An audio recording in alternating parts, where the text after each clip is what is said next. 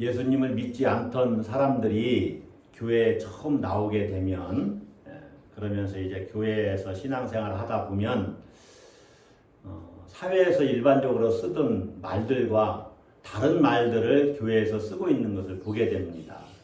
새로운 단어를 접하게 되고 같은 단어라도 뜻이 다르다는 것을 깨닫게 됩니다.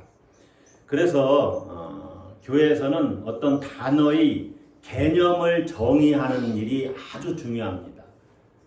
사회에서 쓰는 똑같은 단어라도 교회에서 그 단어가 주는 의미, 이것을 새롭게 정의해야 될 필요가 있다는 것이죠.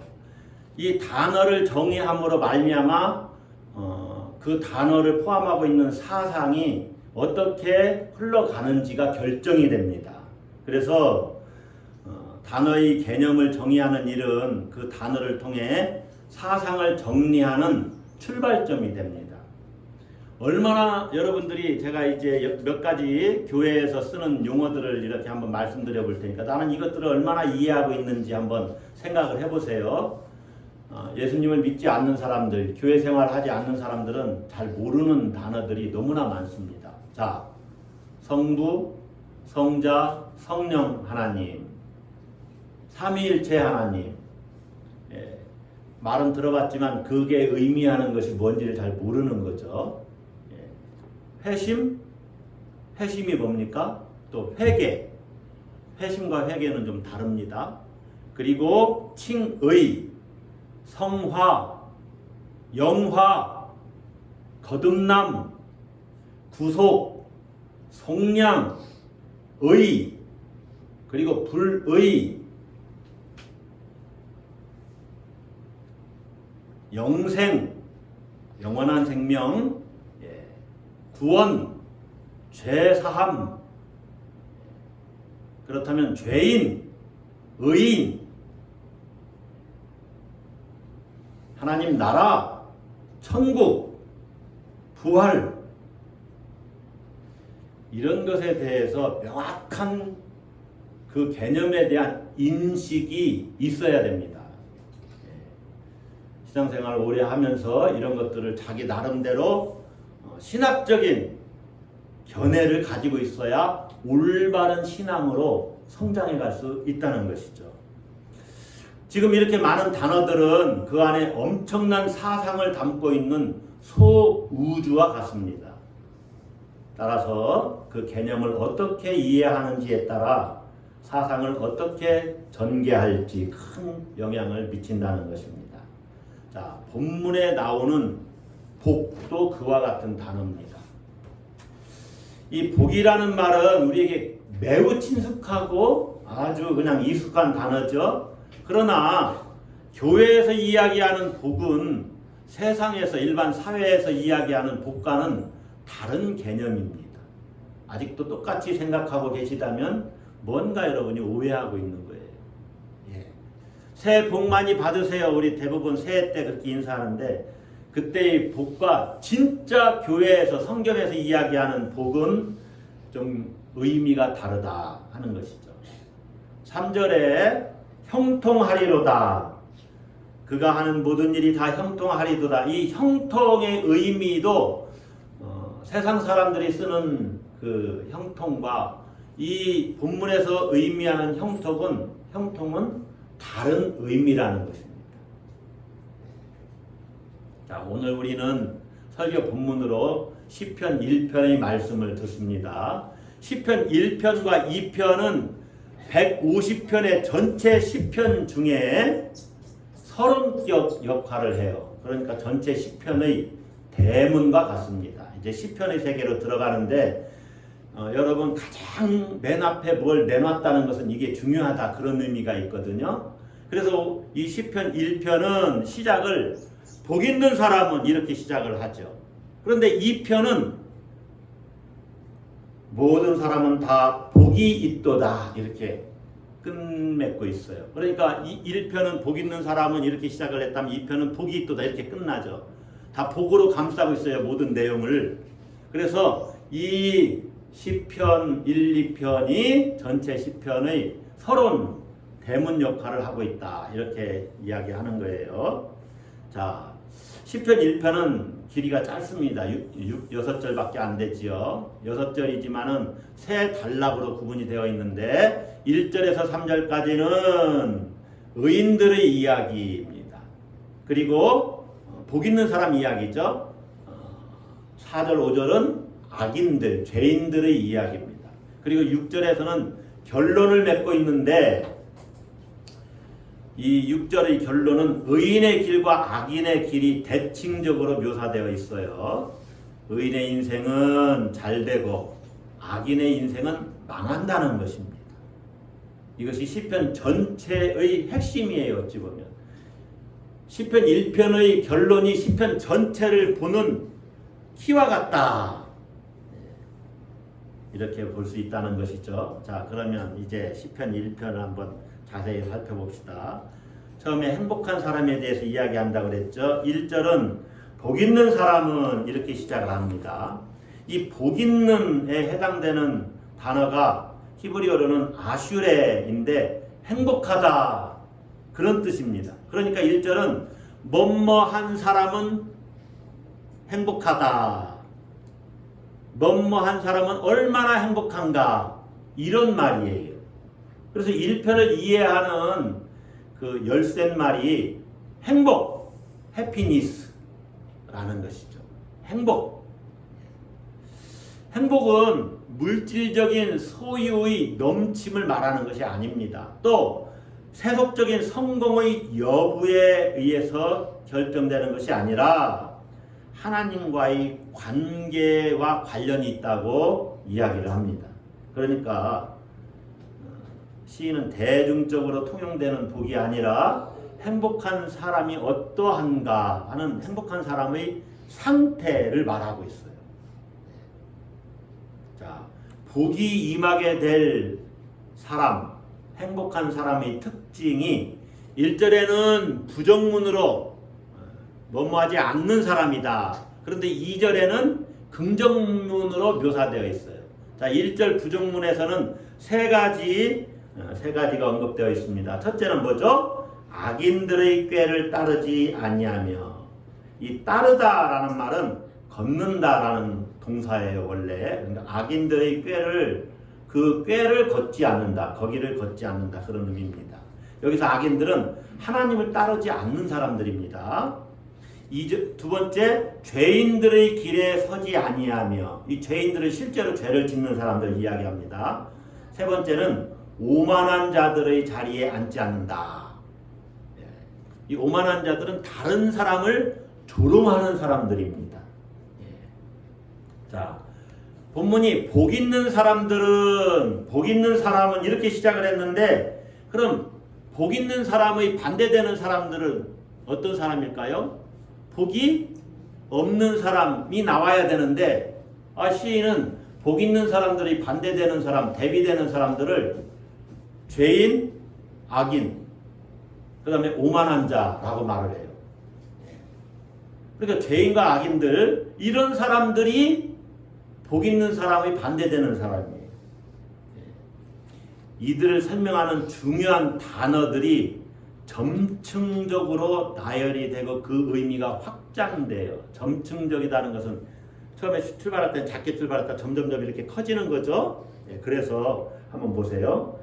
세 부류, 악인, 죄인, 오만한 사람을 비교하면 악인, 죄인, 오만한 사람 점점 이렇게 확대되는데, 왜 오만한 사람이 가장 그 확대된 나쁜 사람이냐? 여러분, 오만한 사람은요, 그냥 자기가 어떤 죄 짓고 하나님 앞에 죄 짓고 또 어떤 잘못을 저지르는 그 악을 행하는 그 차원을 넘어서 다른 사람들을 조롱하기 때문에 그래요. 조롱해요. 단지 그냥 다른 사람 잘못됐다 비판이 아니라 비판과 조롱은 다릅니다. 교만한 사람들이 있죠. 그래서 여러분, 그 기독교 신앙도 제 본질을 때로 교만이라고 이렇게 말하거든요. 하나님보다 더 높아지려는 자신, 그게 죄거든요. 하나님같이 자기가 주인이 되는 삶, 이게 죄인의 삶의 특징이죠. 이게 교만입니다. 휘브리스, 교만. 그래서 악인, 죄인, 오만한 자를 이렇게 설명하는데, 모두 다 어떤 면에서는 같은 의미, 동의적인 차원이죠. 그러나 이들의 행위와 존재를 특징 짓는 이 꾀, 길, 그리고 자리, 이것이 순차적으로 나타나요. 그러면서 이들이 악한 자들이 어떤 그 행동을 보이냐면 악인들의 꾀를 걷지 아니하며 따르지 아니하며 걷는다라는 단어라고 그랬죠. 그러니까 악인들의 꾀를 따르지 않는 사람이 행복한 사람인데 악한 사람들과 어울려 걷지 않고 그 다음에 죄인들의 길에 서지 않고 오만한 자리에 앉지 않는다. 여러분 동작이 보세요. 이 걷다가 서고 앉는 거예요. 그러니까 가장 나쁜 사람이 오만한 자예요. 교만한 자. 다른 사람들을 막 조롱하는 사람들. 비난하면서 조롱하는 사람들. 악인들 중에. 그래서 악인, 죄인, 오만한 자와 반대되는 삶의 방식을 선택하는 그것이 가장 행복합니다. 라고 말하고 있는 거예요. 악인들의 음습한 음모, 죄인들이 매우 그럴듯하고 매끄럽게 다뤄놓은 길, 경건을 조롱하는 거만한 자의 자리에 앉지 않는 사람들이 행복한 것입니다. 할렐루야. 네. 자, 두 번째로 복이 임하게 될 사람의 특징을 2절에서는 긍정문으로 이렇게 설명을 합니다. 앞에는 부정문, 1절에서는 부정문이었다면 어떤 겁니까? 율법을 즐거워하고 그 율법을 밤낮으로 묵상하는 거예요. 묵상해 보면 성경에서 조그맣게 이렇게 설명을 해놨죠. 1번 해가지고 작은 소리로 읊조리다. 늘 머릿속으로 이렇게 기억하고 다니고 그 말씀을 즐거워하는 거죠. 즐거워한다는 것은 지키는 거예요. 자, 1절의 부정문과 2절의 긍정문은요 깊이 연관되어 있어요. 아주 다른 게 아닙니다. 자, 여러분 악인의 꾀를 따르지 않고 죄인의 길에 서지 않고 오만한 자의 자리에 앉지 않으려면 이 내가 그렇게 하지 않으려는 힘이 있어야 돼요. 네. 그 사람의 내면이 어떤 힘으로 충만해야 돼요. 그러니까 시편 기자는 그 어떤 힘을 율법에서 찾았다는 거죠. 율법은 히브리어로는 알다시피 여러분이 알다시피 토라입니다. 토라. 다시 말하면 가르침, 교훈이에요. 하나님 말씀의 가르침과 교훈이 내 안에 가득 차 있을 때 그 악한 자들의 꾀를 물리칠 수 있는 힘과 능력, 유혹을 이길 수 있는 권능이 내게 있어요. 죄에 빠지지 않을 힘이 있다는 거예요. 여러분이 말씀이 충만하면, 말씀이 충만하다는 것은 성령이 충만하다는 거예요. 성령이 충만하면 죄를 이길 권세가 있습니다. 할렐루야. 예. 본문이 율법으로 사람을 판단하는 율법주의자가 되라는 말씀이 아니에요. 율법을 문자적으로 지키면 율법주의자가 되죠. 그러나 율법의 근본, 율법의 정신을 이렇게 따르는 사람은 아주 율법을 즐거워합니다. 그리고 그 율법을 밤낮으로 묵상을 해요. 하나님 말씀을 묵상하는 것이 너무 즐겁고 행복해요. 그리고 그 말씀을 그대로 살아내려고 노력을 합니다. 그래서 율법의 본질인 하나님의 사랑과 능력이 그의 삶을 가득 채우는 것이죠. 하나님의 사랑으로, 하나님의 능력으로 내가 충만해지는 거예요. 이게 복 있는 사람이에요.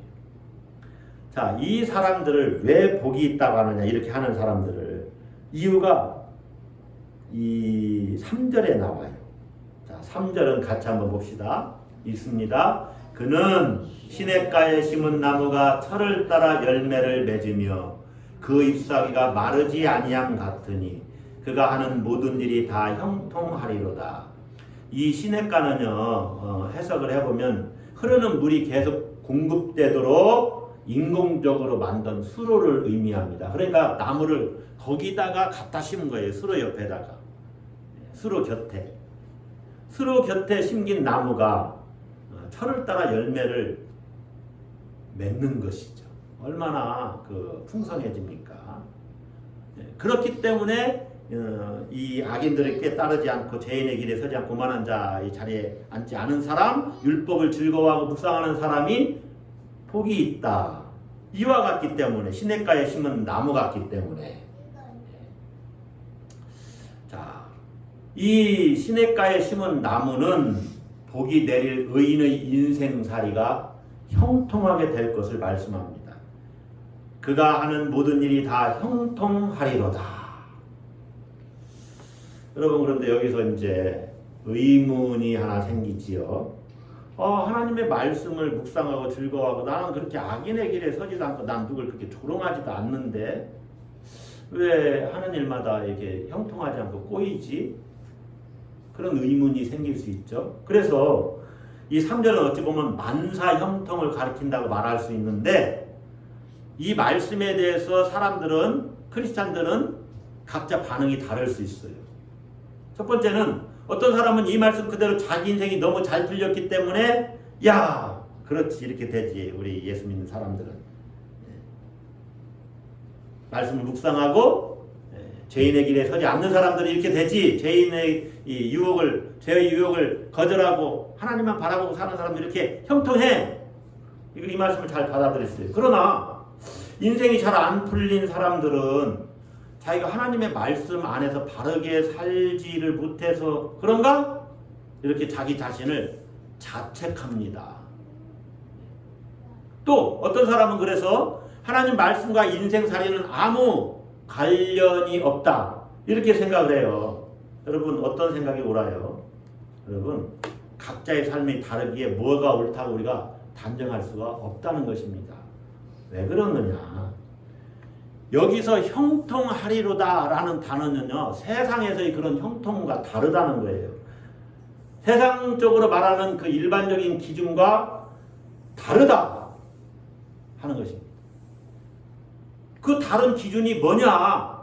그것을 여러분이 아셔야 돼요.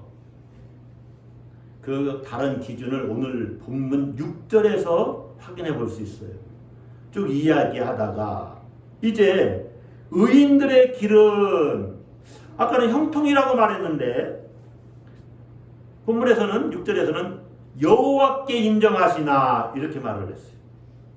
그러니까 악인들의 길, 죄인들의 길, 그 오만한 자의 길에 서지 않고 앉지 않는 그 사람들, 하나님의 말씀을 즐거워하고 묵상하는 사람들은 의인이죠. 의인들의 길에 서 있는 거죠. 그들이 형통한다는 게 뭐냐? 그것이 하나님께 인정을 받는다는 것이다. 이렇게 설명이 싹 조금 이렇게 바뀌어서 되고 있는 거죠. 예. 의인들의 길은 여호와께서 인정하시나. 여러분이 너무나 잘 알아요. 의인들의 길은 하나님께서 이렇게 받아들여주고 인정하고 복 주시고 이렇게 생각을 하잖아요. 그래서 어찌 보면 상투적으로 들리는 말씀이 있는데 이 인정한다는 말은 원어적으로는 그 야다라는 동사인데 여러분, 야다라는 동사는 여러분이 그냥 한번 기억을 해주시는 게 좋아요. 야다. 따라서 한번 할까요? 야다. 이게 알다 그 말이에요. 그러니까 하나님께서 아셨다라는 거예요. 의인들의 길을. 이 알다라는 말은 이 책임진다, 인정한다는 의미가 포함되어 있어요. 그러니까 만사형통은 모든 인생살이가 내가 원하는 대로 잘 풀린다 이런 통속적인 의미가 아니라 하나님께서 그 사람의 인생살이를 아주 깊이 있게 경험적으로 아신다는 거예요. 자, 한번 여러분에게 적용을 해보세요. 여러분의 모든 인생살이를 하나님께서 아신다는 것입니다. 책임지고 여러분을 돌보시고 인도하신다는 것을 말해요. 아주 여러분의 삶을 꼼꼼히 지켜보시면서 여러분의 삶에 하나님이 개입하셔서 책임지시고 인도하신다, 보호하신다 그 말입니다. 할렐루야. 그것이 의인들의 길을 여호와께서 인정하신다는 의미예요. 여러분, 하나님께서 인정하시는 것, 하나님께서 세밀하게 우리를 아시는 것, 그것이 형통입니다. 할렐루야. 세상살이는 예수를 믿어도 잘 될 때도 있지만 잘 안 될 때도 있어요. 왜냐하면 악이 득세하고 악한 자들이 하나님을 잘 믿고 정직하게 살려고 하는 사람들을 막 공격하거든요. 막 죽이려고 하거든요. 실제로 또 죽는 경우도 많이 있고요. 순교당하는 거죠. 순교자들이 있는 거죠. 아니, 그가 하는 모든 일이 다 형통하리로다 했는데 왜 형통이 아니죠? 그게 아니라니까요. 세상살이의 만사형통과 다르다니까요. 그래서 심판이 있는 거예요. 악한 자들에 대해서. 자, 진정한 복은 뭐냐? 이 세상이 부러워할 만한 조건을 갖추는 것이 아니라 하나님이 인정하시는 인생입니다. 할렐루야. 여러분, 생각을 바꾸세요. 저는 수도 없이 그런 말씀을 드려요. 제가 여러분 목회 시작하고 여러분에게 말씀을 전해온 동안은 세상적인 복이 하나님 우리에게 주시는 복이다라고 한 번도 그렇게 말씀을 세상적인 복도 하나님이 주시는 복일 수 있습니다. 그러나 그것이 전부 다다 이렇게 말씀을 드린 적은 없어요. 하나님이 우리에게 복 주실 때 세상적인 복도 포함이 되지만 때로는 그게 아닐 수도 있다는 것을 잘 기억을 해야 돼요. 그러나 하나님이 내 삶을 다 아시고 나를 받으신다. 그래서 지금 함께 하시고 나를 인도하신다. 이게 진짜 복이라는 거죠. 그래서 우리는 영원한 하나님 나라에서 지금 살고 있는 겁니다. 하나님 나라와 연결이 되어 있다니까는요. 오늘 새벽에 에베소서 2장 1절에서 10절까지의 말씀을 우리가 같이 나누었는데 예수 그리스도와 함께 우리가 죽고 예수 그리스도와 함께 살고 예수 그리스도와 함께 하나님의 우편에 앉히셨대요. 이미.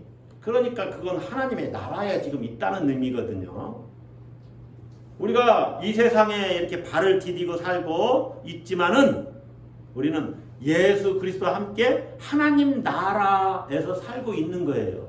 하나님 나라를 미리 당겨서 살고 있는 거예요.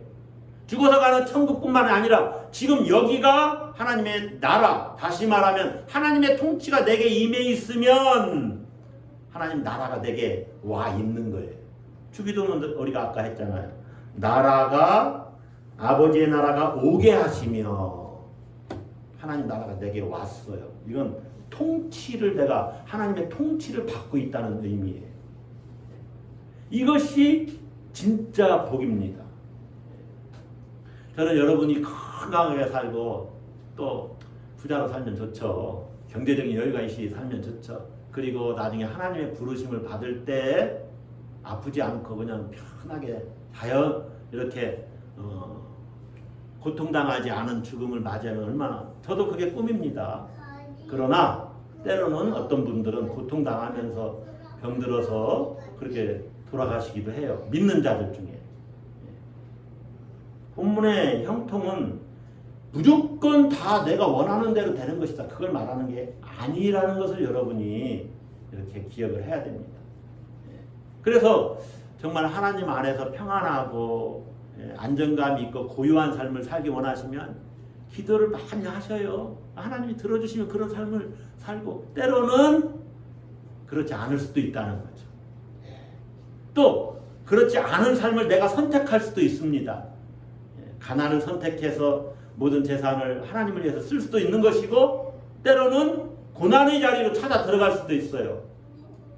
아프리카 선교하고 이런 일 쉽지 않습니다. 사회적으로 얼마나 열악합니까? 음식도 별로 없고 말라리아에 계속 노출돼서 잘못하면 생명을 잃을 수도 있어요. 그곳에 내가 하나님 나라를 전하기 위해서 가는 선교사들은 이 땅의 편안한 안락한 삶을 포기해야 된다는 거죠. 하나님이 인정하시는 인생이 정말로 진정한 복을 누리는 삶이다. 행복한 사람이다. 자, 악인들의 길을 잠깐 설명하겠습니다. 여러분, 하나님께서 인정하는 의인과 달리 악인들의 그 길은 망할 것이다. 6절 다시 한번 보세요. 무릇 의인들의 길은 여호와께서 인정하시나 악인들의 길은 망하리로다. 자, 이것도 마찬가지입니다. 악인들의 길이 이 땅에서의 인생살이가 다 망합니까? 예? 다 망해야 되는데 조폭들은 끊임없이 있는 것 같아요. 예. 우리가 아는 세상은요, 이 땅에서 그냥 권선징악, 드라마에서 보듯이 그게 다 실현되어지는 사회가 아닙니다. 예. 악인이 망하기는커녕 때로는 떵떵거리고 살기도 합니다. 그러니까 악인들이 망한다, 악인들의 길이 망한다는 것은 그들의 인생이 완전히 망가진다는 뜻이 아니에요. 때로는 심판받아서 이 땅에서도 잘 못 될 수도 있지만 그렇지 않는 경우도 우리가 많이 보지 않습니까? 그러니까 악인들이 망한다. 이건 도대체 무슨 의미냐? 하나님의 인정하심을 받지 못한다는 거예요.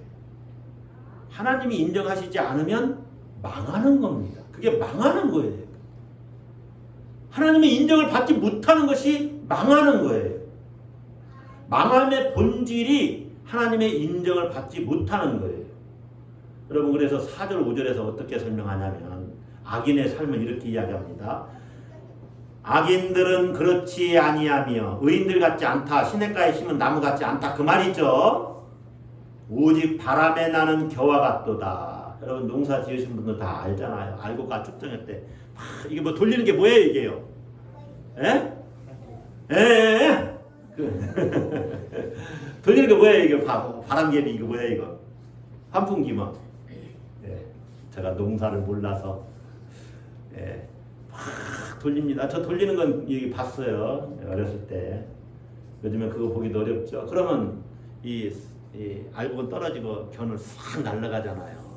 그래서 바람에 나는 겨와 같다. 그 말은요, 무가치한 것, 무의미한 것, 무익한 것, 가벼운 것, 텅 빈 껍데기 같은 존재일 뿐이다. 여러분, 인생이 무가치하고 그냥 다 날아가고 허무해져 버리고 그런 삶이 되어버린다. 이게 뭐냐면 심판이라는 거예요. 심판. 그 다음 봅시다. 자, 악인들은 그렇지 아니하며 오직 바람에 나는 겨와 같도다. 그러므로 악인들은 심판을 견디지 못하며. 자, 심판을 견디지 못한다. 이 말은요, 원래 정확한 의미가 하나님의 법정에서 어떤 중재나 변호를 받지 못하는 거예요. 그래서 자기 권리를 주장할 수가 없어요. 중재받고 변호자가 자기를 변호해줘야 되는데 그렇게 하질 않아요. 그래서 자기 권리를 주장을 못해요. 그러나 의인들은 자기 권리를 주장해요. 공평한 판결을 통해서. 그래서 악인들은 의인들의 그 자리에 낄 수가 없어요. 그래서 이렇게 얘기하는 거예요. 죄인들이 의인들의 모임에 들지 못하리로다. 앞에 있는 소절 악인들은 심판을 견디지 못하며와 뒤에 있는 소절 죄인들이 의인들의 모임에 들지 못하리로다. 이 말은요, 어찌 보면 그래서 같은 뜻 다른 표현이에요. 표현을 다르게 했을 뿐이지 같은 말이에요. 궁극적으로 하나님의 법정에서 의인들과 악인들의 분리를 기정사실화하고 있다는 거예요. 그러니까 의인들이 누리는 행복을 악인들은 결코 맛보지 못한다 하는 겁니다. 분리 자체가 심판이다 이렇게 얘기하는 거예요. 뭐가 심판이라고요? 분리된 것. 악인들과 의인 자체가 이렇게 분리되는 것이 그게 심판입니다. 심판. 악인들의 길이에요. 그것이 심판받는 것이 망하는 거예요. 자, 오늘 본문 우리가 다 살펴봤습니다.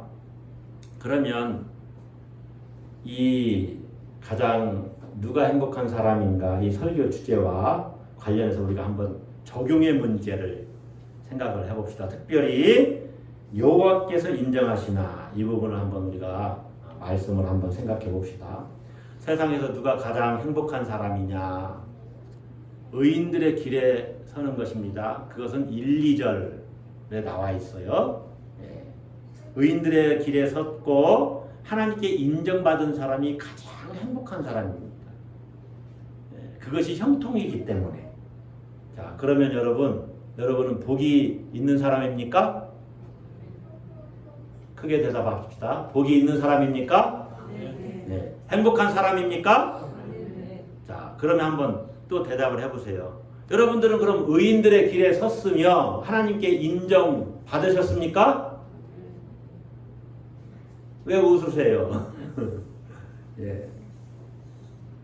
자, 일단은 아멘을 한번 하십시다. 자, 여러분은 의인들의 길에 섰으며 하나님께 인정 받으셨습니까? 아멘. 자, 하나님이 그럼 여러분을 인정하신 이유가 뭘까요?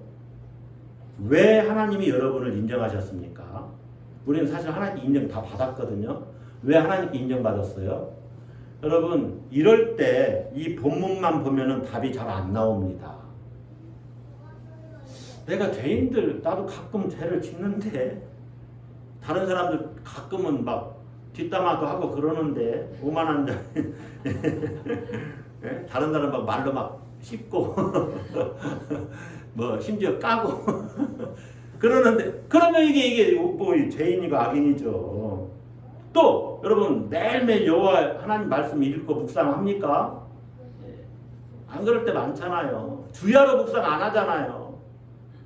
근데 왜 나는 의인들의 길에 섰다고 하고 여호와께서 인정하신다고 이렇게 말씀을 하는 것일까? 왜 여러분을 악인들의 길이 아니라 의인들의 길 거기에 서 있고 왜 하나님께 인정을 받았다고 하느냐? 여러분 중요한 것이 있습니다. 이건 반드시 기억해야 돼요. 지금 말씀드린 건 여러분이 성경을 해석할 때 신약의 눈으로 신약의 관점으로 구약을 보셔야 됩니다. 아멘. 어떤 눈으로? 신약의 눈으로. 이게 굉장히 중요해요. 구약의 율법을 가지고 신약을 보면 안 돼요. 그러면 돼지고기도 오징어도 먹지 말아야 돼요. 신약의 눈으로 구약을 봐야 돼요. 자, 하나님께서 우리를 너 의인의 길에 섰어. 너 의인의 길이야. 악인의 길에 있는 게 아니야. 그리고 나는 너를 인정해. 나는 너를 알아. 왜 인정하고 안다고 하나님이 하실까? 그것은 여러분이 예수님을 그리스도여 살아계신 하나님의 아들로 믿기 때문입니다. 아멘. 예수님을 주는 그리스도시여 살아계신 하나님의 아들로 믿기 때문에 하나님이 그걸 네가 하나님의 아들인 나의 아들인 예수를 믿는구나. 내가 그것을 너의 의로 여기마 하고 우리를 인정하셨다는 것이죠. 로마서 5장 1절 말씀에 바울이 이렇게 얘기를 합니다. 그러므로 우리가 믿음으로 의롭다 하심을 받았으니 우리 주 예수 그리스도로 말미암아 하나님과 화평을 누리자. 하나님과 관계가 회복되어서 이제 하나님과 평화로운 관계가 됐어요. 예수 그리스도로 말미암아 믿음으로 의롭다함을 받았다. 여러분 시편이 말하는 하나님의 인정하심이 예수 그리스도를 통해서 우리 기독교인들에게 구원이 현실이 됐어요. 오늘 우리에게 구원이 있다니까요. 의롭다 하심을 받았다는 말이 본문에서 하나님께 인정받았다는 뜻입니다. 할렐루야. 의롭다고 인정받았으니 이제 그 사람은 하나님의 평화, 생명의 평화를 누리는 거예요. 안식하고 또 영생을 얻었습니다. 참으로 자유케 됐어요. 여러분 이 사실을 평상시에 실감하면서 사십니까? 나는 하나님께 인정받았다. 인정받았다. 아니 나 잘한 것도 없는데 그렇게 보시면 안 된다니까요.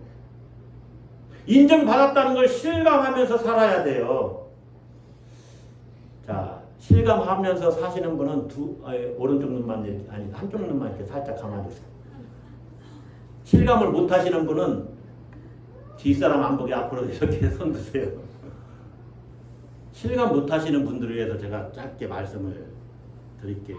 무엇가 문제냐? 왜 우리가 이런 걸 실감하지 못하고 사냐? 정말로 믿지를 못하기 때문에 아주 중요합니다. 믿는다고 고백은 믿는다고 말은 하는데 정말로 믿지를 못하기 때문에 그게 현실이 아니라서 그래요. 자, 한번 잘 들어보세요. 오늘날 우리 사회의 최대 이슈가 뭘까요? 모든 사람의 최고의 관심사. 예? 재테크? 부동산 집안채 좋은 거 사놓는 거? 서울 그것도 강남 이쪽 서초동 이쪽에 강남 지역? 예? 뭘까요? 아주 쉽게 이야기하면 부자 되는 거겠죠. 돈 버는 거겠죠. 돈일 거예요. 자, 잘 한번 들어보세요. 갑자기 큰 병에 걸렸어요. 아주 큰 병에 걸렸어요. 그는 이제 부동산 문제, 재테크 문제, 돈 버는 문제에 신경을 쓰지를 못합니다. 쓰지도 않습니다. 어떻게 하면 이 병을 고칠 수 있을까? 모든 관심이 거기로 향해요. 자, 사랑하는 사람이 생겼어요. 아니면 어떤 사람은 사랑하는 자와 헤어졌어요. 실행당했어요. 그 사람의 최고의 관심은 어떻게 그 남성의, 그 여성의 마음을 얻을까? 모든 관심이 거기가 있어요. 부동산? 돈벌이? 그 관심에서 이제 멀어졌어요. 자, 어떤 의사가 환자를 치료합니다. 자기가 배운 의학을 막 하는데, 막 이 사람이 나아가지고 막 고맙다고 하고 그런 일들이 매일 일어나요. 너무너무 좋은 거예요. 이렇구나, 이렇게. 내가 공부하는 것들이 이렇게 적용이 되는구나.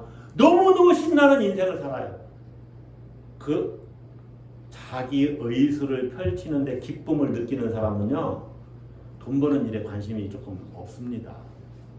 그런데 의사들도 돈 버는 일에 관심이 너무나 많이 가 있는 사람들은 그 사람들에게 나타나는 이상한 현상들이 하나 있는데 과잉 진료를 한다는 거예요. 괜히 다리가 아픈데 가슴을 초음파 검사를 하자고 한다는 둥 그래요. 막 그래서 이상한 의사들도 있어요. 자, 교사가 가르치는 일에 너무너무 행복해요. 그러면 거기에 집중합니다. 김영석 교수님이 총장으로 초대를 너무나 많이 받았대요. 총장은 행정의 일을 하는 거거든요. 그래서 김영석 교수님이 나는 그거 할 사람이 아니야. 왜냐하면 이분은 자기는 가르치는 일에 인생을 걸겠다. 그렇게 자기 자리를 딱 자리매김을 했어요. 여러분, 가르치는 일이 너무 좋은 사람은 거기 가르치는 일에 자신의 존재 의미를 느낍니다. 세상 일도 그런데 하나님을, 예수 그리스도를 믿음으로 내게 생명이 왔다. 영원한 생명, 영생이 있다. 그리고 잠시 잠깐 후에 내가 그 영원한 나라로 들어간다. 이게 진짜다. 라는 사실을 아는 사람은요, 모든 관심이 거기가 있어야 맞는 거예요. 내가 하나님을 만났는데 어떻게 잠시 잠깐 오면 없어지는 그것에 마음을 빼앗길 수 있냐, 그 말이에요. 결정적인 관심사항, 그것이 하나님이 되어야 됩니다. 우리의 궁극적인 대상은 하나님이시기 때문에 내가 하나님을 만나고 예수 그리스도를 정말 알았는데 어떻게 엉뚱한 그런 것에 마음을 뺏기고 인생을, 시간을 낭비합니까? 잠시 마음을 줄 수는 있어요. 그러나 항상 무슨 일을 하든지 나의 중심은 하나님께 가 있는 거예요. 그런 사람들이 나는 하나님께 인정받았다, 이것을 실감하면서 사는 거예요. 이게 그리스도인입니다. 그리스도인. 근데 세상 사람들은 그것을 알지를 못해요. 왜? 저 사람은 가난한 것 같은데 돈도 별로 없는데 왜 이렇게 웃고 다니지? 더 기쁨이 있지? 저 사람 얼굴은 너무 평안해. 왜 그러지? 그 사람이 압니까? 죽어도 모르죠. 예수 그리스도를 통해서 주시는 이 평안, 내적인 평안, 그걸 알지 못해요. 그리고 하나님 안에서 얼마나 내 인생이 감사한가. 모든 것을 소유한 하나님 아버지가 내 아버지이기 때문에 나도 모든 것을 소유했다. 이런 의식을 갖고 살아요. 잠시 내게 들 맡겨주신 것이지. 예수 그리스도와 함께 하나님 나라의 그 우편에, 하나님의 우편에 앉았는데, 여러분이 만약에 매일매일 삶 속에서 하나님의 인정을 받는 것이 실감나지 않으면 하나님께 집중하세요. 하나님께 집중하세요. 뭐를 하든지 집중해. 먹을 때도 하나님 생각하고, 무슨 일을 하든지 하나님 생각하고, 운전하면서도 하나님 생각하고, 걸으면서도 하나님 생각하고, 예수님 생각하고, 십자가 생각하고. 그러면은 구름을 보면서도 주님 얼굴 비슷하게 생겼네. 사실 주님 얼굴은 어떻게 생겼는지 모르지만, 햇살이 저렇게 찬란해. 내게 저런 영광을 하나님이 비춰주시겠지. 모든 것이 영적인 것으로 보이기 시작해요. 하나님께 집중하고 하나님만을 지향하면 하나님의 은혜로 반드시 하나님을 경험하게 됩니다. 하나님의 인정을 받게 돼요. 내가 정말 하나님 안에 있구나. 나는 너무 행복하다. 여러분, 세상의 수많은 사람들 중에 진정으로 행복한 사람은 누굽니까? 의인의 길에 선 사람입니다. 시냇가에 심긴 나무처럼 촉촉하게 생명을 유지하면서 사는 사람이 가장 행복한 사람입니다. 그 사람이 의인입니다. 그런 사람은 하나님이 정하신 방향을 따라서 걷고 서고 앉는 사람입니다. 악인의 길, 멸망의 길을 떠난 사람이에요. 예수님 말씀에 의하면 파멸에 이르는 넓은 길을 버리고 생명에 이르는 좁은 길을 가는 사람입니다. 그 선택은 자기가 하는 거죠. 생명에 이르는 좁은 길, 그 길이 의인들의 길이고 우리가 가는 길입니다. 어느 길을 갔느냐에 따라서 인생의 성공과 실패가 나뉘는 거예요. 실상 세상에서의 행복은요, 어찌 보면 잠깐입니다. 왜 그렇습니까? 인생이 짧기 때문에 그래요. 그리고 행복해도 한순간이고 불행해도 한순간입니다. 최선의 삶이 뭐냐? 하나님이 인정하시는 그 길을 가는 거예요. 예수 그리스도를 주인으로 보시고 주님이 나의 왕이시고 나의 하나님이심을 믿고 그분을 영화롭게 하고 그분을 기쁘시게 하는 삶을 살겠다. 그리고 하나님의 뜻이 내게 이루어지기를 기다리는 삶, 그것이 최선의 삶입니다. 여러분, 우리는 그 의인의 길을 예수 그리스도에게서 찾은 사람들입니다. 할렐루야. 예수 그리스도를 믿는 우리를 하나님께서 의롭다고 인정하셨습니다. 할렐루야. 여러분, 그 사실을 믿으세요. 그리고 그 믿음을 끝까지 달려가십시오. 그것이 형통이요 행복입니다. 다시 한번 질문합니다. 여러분은 의인의 길을 가고 있습니까? 아멘? 하나님께 인정받으셨습니까? 예수 믿고 의롭다 하심을 받으셨습니까? 여러분이 가장 행복한 사람입니다.